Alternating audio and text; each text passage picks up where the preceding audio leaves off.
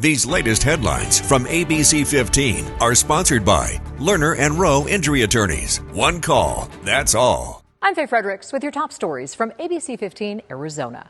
The shutdown in Washington continues. Today, House Speaker Mike Johnson clearing the chamber's schedule for all of next week with no vote set for this coming weekend.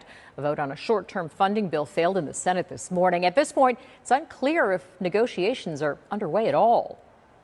There's nothing to be gained at this point by negotiating something that there's nothing to negotiate. Democrats will continue to stand on the side of the American people, fight for their health care, and improve their quality of life. Right now, the White House is also making efforts to cut federal jobs and spending for programs that primarily affect blue states. New Washington Post poll finding more voters blame Republicans in the White House for the shutdown than blame Democrats.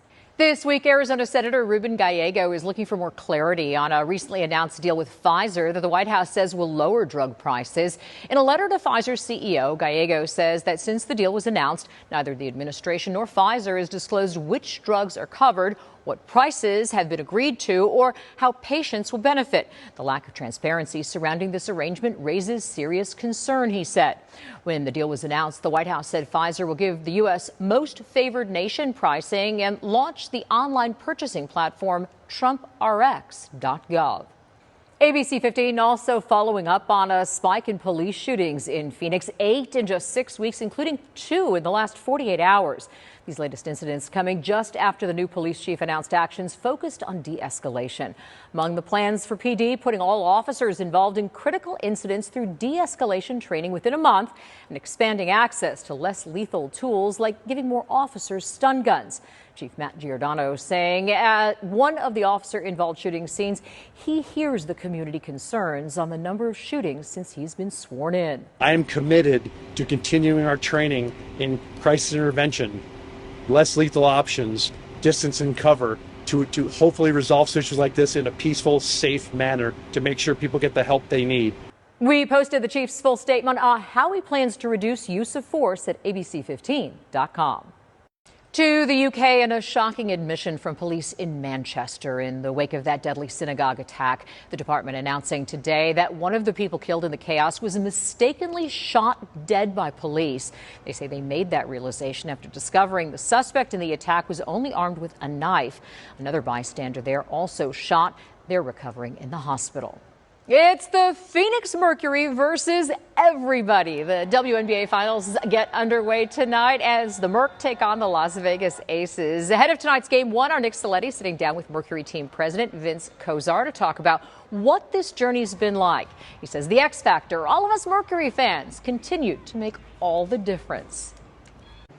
What role do you feel like Mercury fans play in all of this? A huge role, right? The home court advantage has been spectacular. 2 years ago, we won 9 games the whole year. We played 40 times, we won 9 games. 8 of those wins were at home. Like, they make a huge difference. Just what it feels like in the building, the noise, the support, the atmosphere, it makes a huge difference. And so at times like this, when it is peak competition, the best teams in the world, any little edge you can get is one that you need, and our fans really do provide an edge. All right, so I just checked, and tickets for Game 3 started about $40. The action doesn't stop there, though. Game 2 is set for Sunday at noon right here on ABC 15. And, of course, we'll be there for all the action and excitement.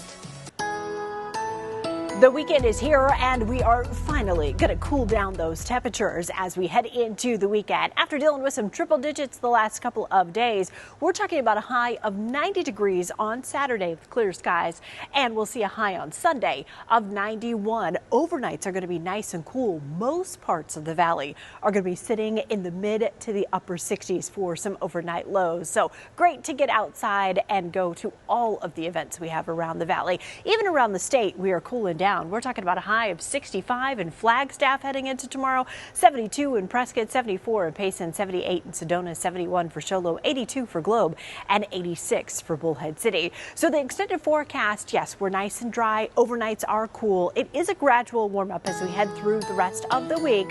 Warmest day on Tuesday with that high of 97. Then we have a chance of showers next Thursday, Friday.